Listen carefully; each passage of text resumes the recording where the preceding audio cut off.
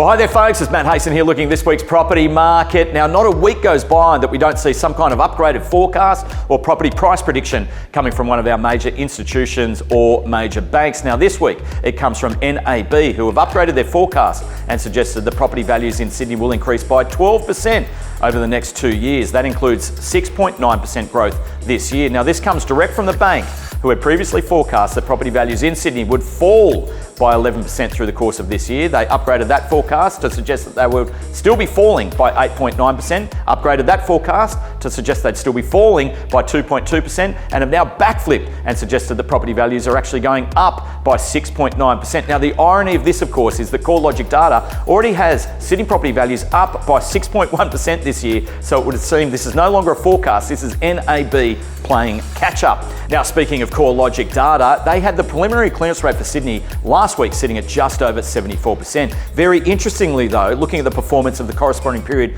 in 2022, it was performing at just over 50%. However, when we look at the SQM research data, they had the weekly clearance rate in Sydney sitting at just over 55%, and the performance last year sitting at just over 40%. So where SQM research and CoreLogic do align is the auction clearance rate is performing between 25 to 30% better this year than last year. But in our view, looking at the coalface, we'd still suggest that this is still a pretty patchy auction market when you consider of all the auctions booked, just 30% are actually selling under the hammer. And then finally this week, inflation, that has come through lower than expected, sitting at 6%. So that's some good news as things are starting to cool down. Now, that's called for some people to suggest that we can start to look past the peak cash rate of the RBA. However, there's still some things for the RBA to consider, including record low unemployment, which is sitting between the span of 3.4 to 3.7%. Also last night, the US Federal Reserve, they lifted the cash rate. So the disparity between the US and also the Australian cash rate is starting to widen,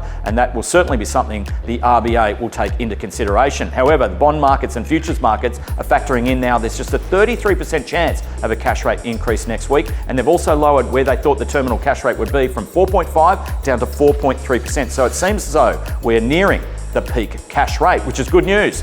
Also this week, we're launching some amazing properties, some bespoke and high-end luxury homes, and we're thrilled to be showing them, and our entire team looks forward to seeing it out and about. Thanks for watching, and I'll catch you all next week.